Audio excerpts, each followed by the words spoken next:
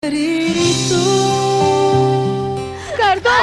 Cardo, gasolina to. Anong gagawin mo sa amin? Susunugin mo kami, Cardo! Para hindi na kayo makakanta sa mga pulis. Cardo! Cardo! Chong! Baka wala niyo naman kami! Maawa ka sa amin! Hindi ka naman namin isusumbong sa pulis eh! Cardo, maawa ka naman sa amin!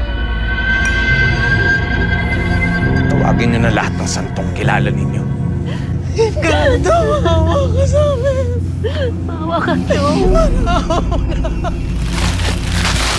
Teka, saan ka pupunta? Ikaw naman ang bahala maghintay sa mga taga-FBI. Gusto ko makasigurong ligtas si Marisa at si Aling Amar. Sige, sige. Tina, ingat ka.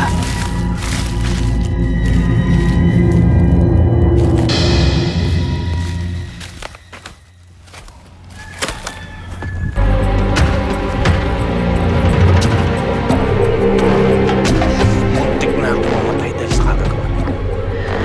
Ngayon, kayong dalawa ng gagawin kong apo.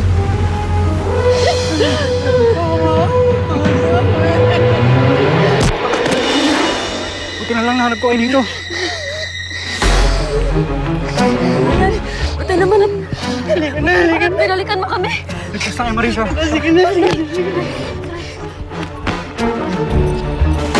Hoy!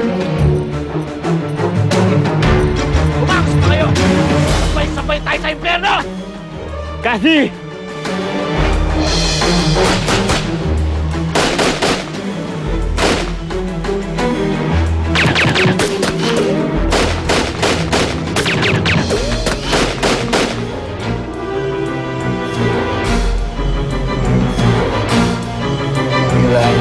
Mag-warm up ka lang dyan.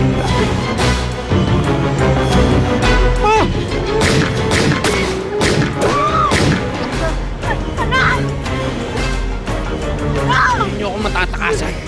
Isasama ko kayong lahat sa impyerno. Papatayin ko kayong tatlo! Tigil mo yan!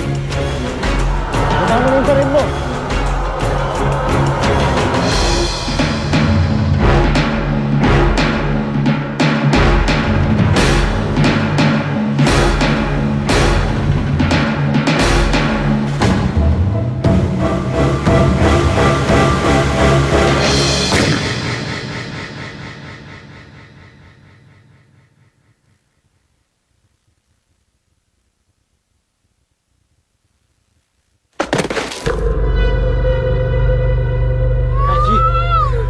Kathy!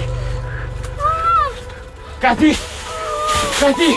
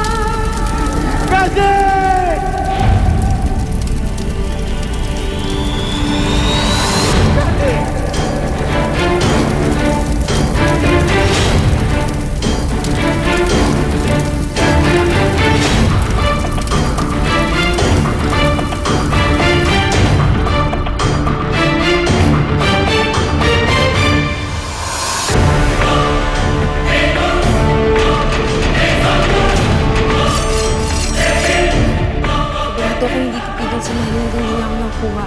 Paano? Saan na tayo tutuloy niyan? Si Ryan. Anak, meron kasi masama nangyari eh. Wala na si Ate Cassie. Please don't say that. Hindi totoo yan. Eh, ginawa ko lahat para makatulong sa kaso. Pero, ko nila ako eh. Pinatay si Kathy. Duda talaga ako sa gabi na yan. Simula pa lang, hindi ko na gustong amoy niyan. Ang laki na ng pinukunan ko dun sa ransom money na yun. Kilala mo naman, pag namuhunan ako sa isang bagay, hindi ako papayag na hindi ko makuha. Hindi ako makakapayag na dito lang magtatapos ang laban ko.